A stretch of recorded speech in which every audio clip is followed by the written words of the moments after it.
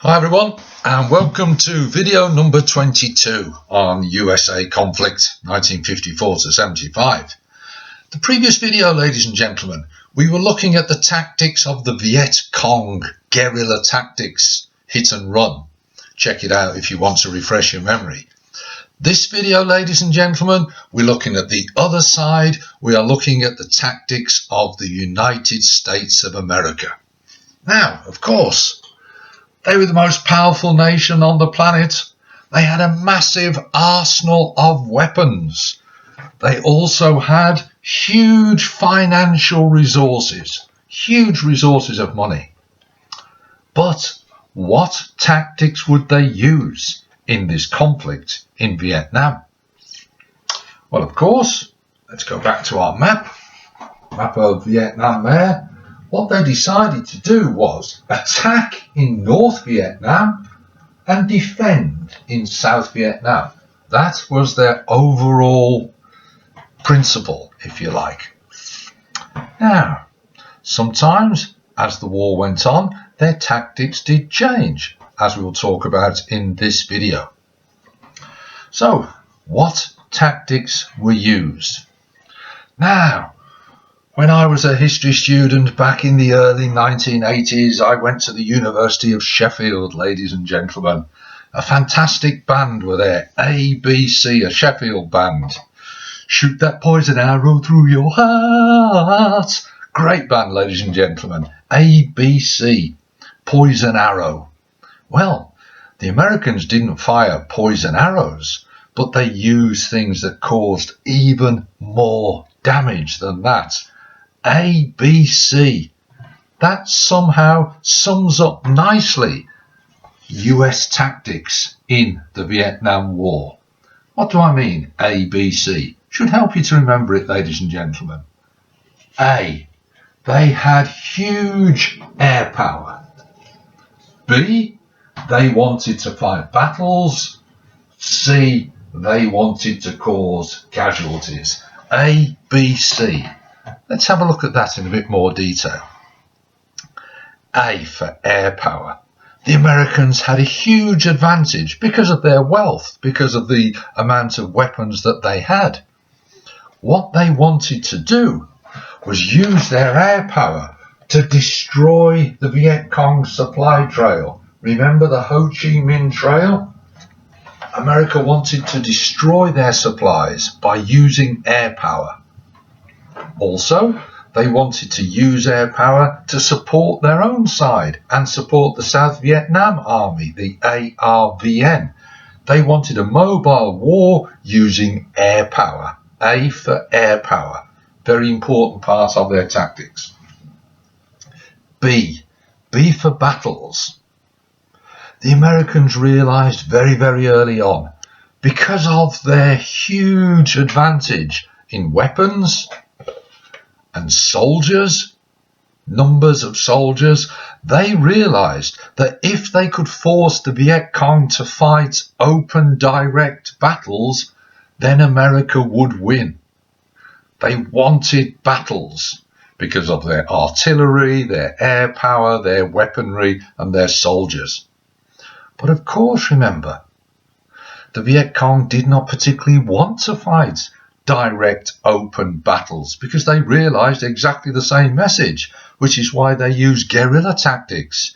So we've got the two sides here, but America wanted battles, and lots of them.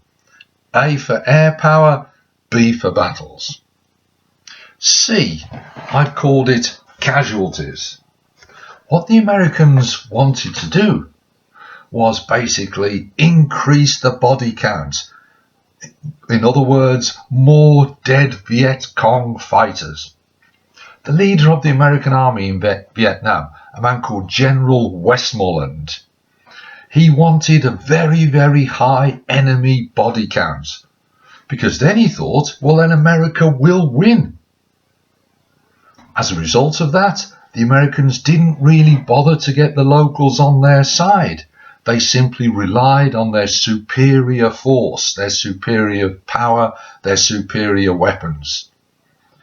Would these tactics work? Would A, B, C, actually help America to win in Vietnam? Well, to answer that question, we need to look at three things, ladies and gentlemen, in the rest of this video. A, Operation Rolling Thunder, a decision taken by President Johnson. Now, Operation Rolling Thunder went from February 1965 through to November 1968, so almost 4 years. And it was simply this: to attack and bomb sites in North Vietnam. From February to December 65, so pretty much the whole of 1965, 25,000 bombing missions were flown. Air power, A for air power. 32,000 tons of bombs were dropped. Wow. Huge air power, ladies and gentlemen. By November 68, when Operation Rolling Thunder ended, America had actually dropped more bombs than the Allies, America and Britain, had dropped in the whole of the 6 years of World War II. That shows the amount of power, the air power, the weaponry that was used in Operation Rolling Thunder. A huge, huge initiative. Air power. Did it work? Well, what do you think? Let's have a look. There were some successes. Significant damage was done to the Ho Chi Minh Trail. Very important for the supplies, as I've said. And all of that tonnage of bombs, thousands and thousands of tons of bombs dropped on the Ho Chi Minh Trail, did cause considerable damage. So you could say that was a success. But, ladies and gentlemen, the trail was very quickly repaired and the supplies got through. So maybe it wasn't as effective. Second thing about Operation Rolling Thunder, damage was caused to North Vietnam's industry. You think, good, America would be happy with that. But most of the weapons were made in Communist China and Communist USSR, and America did not target them because they didn't want to inflame the situation and maybe set off a nuclear war. For example, in 1967, Communist USSR sent over $500 million of support to the Viet Cong. So again, Operation Rolling Thunder, maybe not that much of a success. The third thing to think about, Operation Rolling Thunder did damage North Vietnam towns, North Vietnam cities. Thousands of casualties were wounded or killed. High body count, General Westmoreland, C for casualties. But morale remained high amongst the communists. It actually wasn't damaged, and in some ways it led to increased support, because they were able to say, look, it's the American bombs that are causing you this terrible event in your life. Help us, support us. So in some ways it increased support for the Viet Cong. Excuse me. Other points about Operation Rolling Thunder was the cost, ladies and gentlemen. Time magazine 1967 worked out that it cost about $400,000 to kill one Viet Cong fighter. Wow. Can you believe that? Huge financial cost.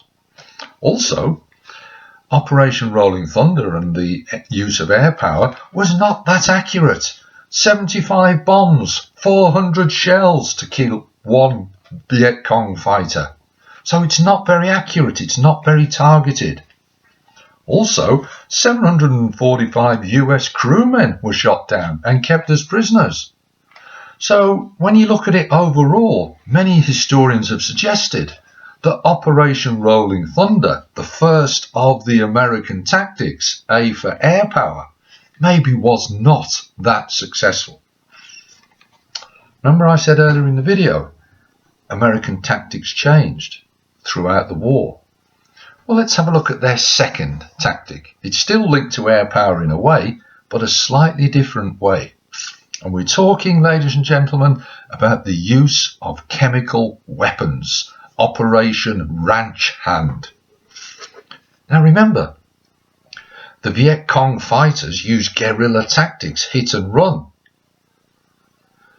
America wanted to have open battles, but they couldn't find the Viet Cong army because they were too busy hiding away in the jungle. So therefore, the Americans take a decision. Let's destroy the jungle. Let's destroy the hiding place. Let's destroy their food supply. And they thought the best way to do that was to use chemical weapons named defoliants. In other words, get rid of the jungle, destroy it. And they used two things. One was called Agent Blue, and the more famous one, the more common one, Agent Orange, poisonous weed killer. About 80 million litres were sprayed in Vietnam. One plane could spray 300 acres in 4 minutes. The amount of time it takes to boil an egg. They could spray this poisonous weed killer over 300 acres. Now, to put it in our terms, that's about 150 football pitches, ladies and gentlemen. So these defoliants were being used in the jungle. Over 3,000 villages were sprayed, often with the civilians still in them. About 1/4 of the whole of South Vietnam was sprayed by Agent Orange, to try and get rid of the jungle so that the Americans could see their enemy and fight their enemy. Along with defoliants, they also started to use napalm. 400,000 tons of napalm were dropped. Now, napalm bombs, when they explode, they release flaming petroleum jelly, and it sticks to whatever it comes into contact with. Whether it's the forest, whether it's human clothes, whether it's human skin, and it burns it because it is 800 degrees centigrade. Now, napalm caused terrible, terrible injuries immediately, and it also had longer-term health effects, health problems. People were born later with birth defects. It caused a huge outcry back in America, as we'll see in some of the later videos. Did it work? Well, it didn't really impact that much on the Viet Cong because they were hiding in the jungle, and it made civilians more likely to support the communists. Also, again, it was not very accurate, and some South Vietnamese troops and indeed some American troops were affected. So the use of chemical weapons, the second big tactic, again, some people have said, was counterproductive and not particularly successful. And then we come to the third and the final tactic. Remember, I said tactics change. Well, let's go back to General Westmoreland, head of the American Army in Vietnam. And he's got this idea of C, casualties, a high enemy body count. He thought if we inflict high, huge casualties on the Viet Cong, they will give in. That was his idea. It was a mistaken idea, ladies and gentlemen, because they were fighting for a cause, and they wouldn't give in, as we'll see. Now, occasionally, when they did actually have proper battles, America would win, normally. Battle of La Drang Valley. America, 240 casualties. The Viet Cong, 1,800 casualties. Therefore, according to General Westmoreland, a win for America. But the Viet Cong just accepted the high casualties and carried on. So Westmoreland has to come up with a new idea. And the new idea, S&D, search and destroy. This was his third new American tactic. First one, Operation Rolling Thunder. Second one, chemical weapons. Third one, search and destroy. South Vietnam Army, ARVN, and the Americans would raid into villages. And they thought, right, Here's a village here. It's supporting the Viet Cong. We will attack it with air support, helicopter support, to spray it, destroy it. Westmoreland thought, great, this is a win. And in one of the early raids, for example, the Viet Cong lost 1,100 and the Americans lost fewer than 100. It's a win for General Westmoreland. These raids were called Zippo Raids. Zippo was an American brand name for a lighter. And they were called Zippo because the villages, the thatched roofs and the huts were all set alight as if they'd been lit up by a lighter, cigarette lighter. Operation Cedar Falls, 1967. Examples of Zippo raids. The village was set alight. Westmoreland would think, great, that's another good thing that we've done. We are winning. Was it a good thing? Well, think about this. As soon as the village was set alight, the South Vietnamese and the American troops pulled out. Well, what was going to happen? Simple. The Viet Cong just returned. They just took the land back. Yes, there had been casualties, but they were prepared to accept the casualties. Also, as the Viet Cong realised these Zippo raids were carrying out, they set up booby traps, and many of the American troops were young and inexperienced, and they simply walked into these booby traps.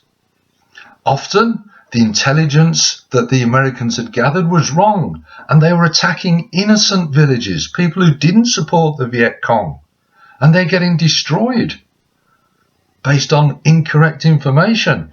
That made the Americans less popular, and it increased support for the Viet Cong, particularly with the high civilian casualties. As I've hinted, the Viet Cong were willing to take the high body counts. Westmoreland didn't get this. He was mistaken. So let's have a look at these American tactics. Air power, open battles, casualties. A, B, C. Air power, Operation Thunder. Did it work? Probably not. Did they get the chance to fight enough open battles with the Viet Cong? Probably not. Did the Viet Cong mind the high body count? Probably not. So we could say the American tactics were not particularly successful. So we've looked at two videos there, two tactics. The one side, the Viet Cong using guerrilla tactics, hit and run. The Americans using ABC, air power, battles, casualties. Neither side could win. Neither side would give up. The Viet Cong kept on hiding and hitting and running. The Americans carried on trying to destroy the jungle and force open battles. From about 1965 to 1968, the two tactics forced stalemate. Nothing was really happening until a key event in 1968 begins to unlock the stalemate, begins to change things. And that event, ladies and gentlemen, is coming in the next video. As ever, I hope it's been useful. I'll see you soon. All the best now.